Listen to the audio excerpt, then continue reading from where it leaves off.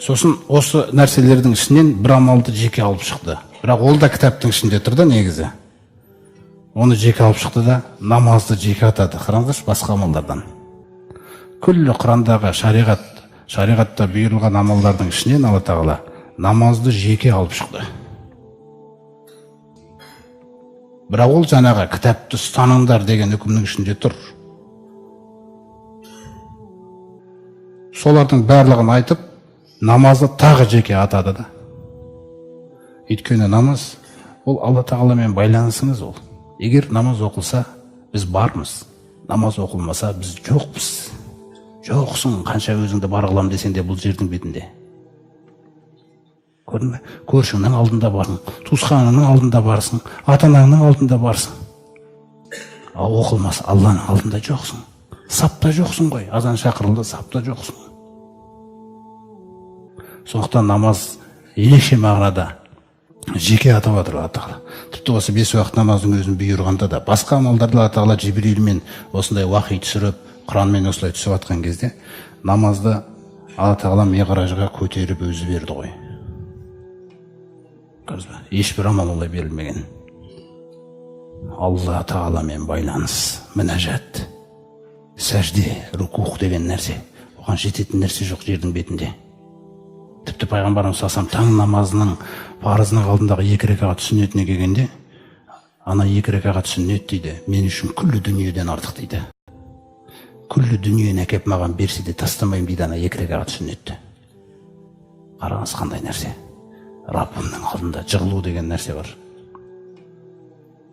Міне осы намаз, бұл Алла тағаламен байланыс. Ол бар, сен барсың. Ол бар, сен тірісің. Ол бар, саған гарантия бар қияметте. Әуәлу ма юсәлул абду яумал қиямати мин амалихи салатуху. Қиямет күні құлдың ең бірінші сұралатын амалы намазы дейді. Егер ол дұрыс болса, басқа амалдары дұрыс болады дейді. Қараңыз қалай келтіреді. Егер ол дұрыс болмаса, басқа амалдары да дұрыс болмайды дейді.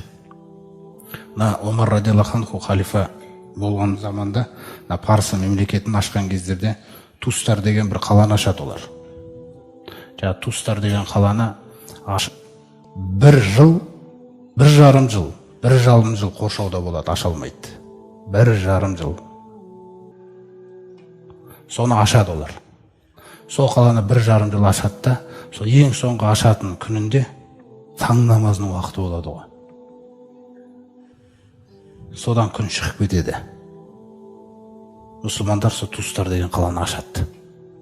Хижраның 17-ші жылында, қателеспесем. Сонда Анас ибн Малик, сол Тустардың ашылуы туралы айтылған кезде жылайды екен. Неге жылайсыз? Ашылған сондай қалады. Әй, Тустарды не істеймін мен дейді. Қараңыз.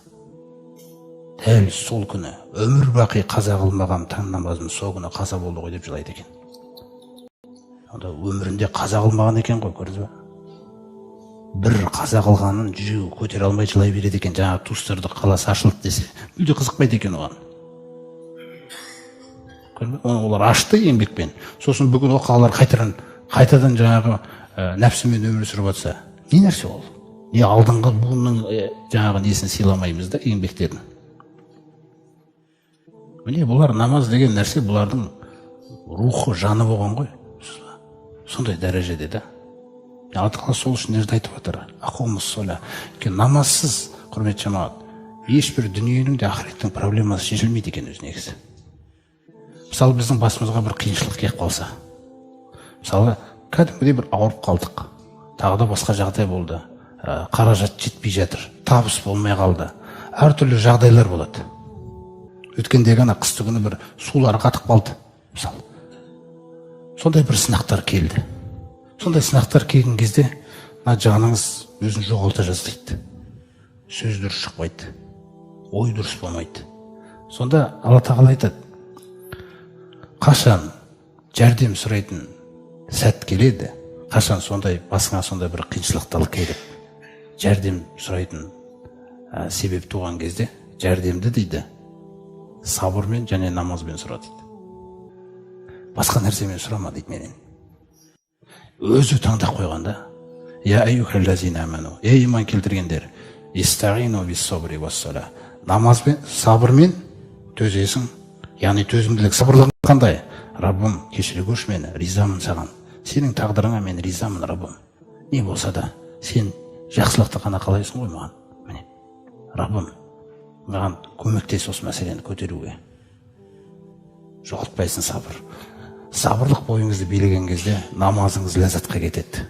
Намазда сәждеде жатқан кезде жаңағы сұрап отырсыз ғой. Жәрдем сұрап отырсыз да Тағаладан. Егер сабыр болмай қалса, онда намазға кіреміз да, тез оқып, ассалаумағалейкум рахматуллах. Енді не істеймін, енді қайтем.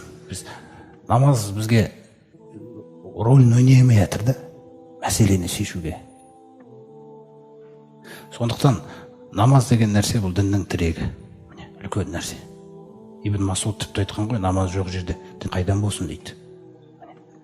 Сондықтан бұл сіздің дініңіз. Қазір сіздің қолыңыздан келеді осы заманда, осы буында намазыңызды мықты дәрежеге жеткізуге де.